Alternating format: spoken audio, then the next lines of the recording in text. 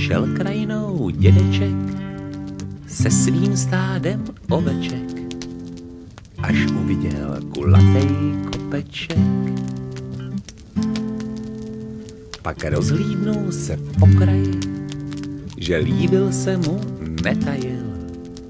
Řek, tady chci mít jednou hrobeček. Čas a místo porodu určí příslušnost k národu, tu bereme si sebou do hrobu. Stejně tak v srdci Evropy si trikoloru do klopy zatnem a šupaj dá do průvodu. V záloze máme louku lespole a první slůvka ve škole, který se učíme, jsou ty vole. A dodržujem tradice, když sousedovi slepice chcípne radostí, jdeme do kolen.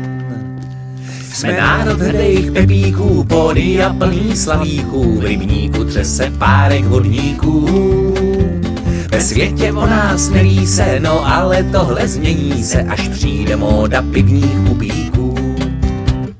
Z historických důvodů má rád Čech svojí pohodu, v zimě na hory, v létě na vodu. Tam dá si párek na tácku a k tomu pivo 12, po 13. pak skolí 14. V jedný kapse nožík rybička a v druhý startek krabička, dnes kouří každá druhá babička.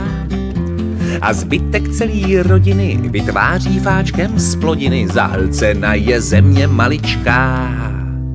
Jsme národ hrdých pepíků, pódy a plný slavíků, v rybníku třese párek vodníků. Ve světě o nás neví se, no ale tohle změní se, až přijde móda pivních pupíků.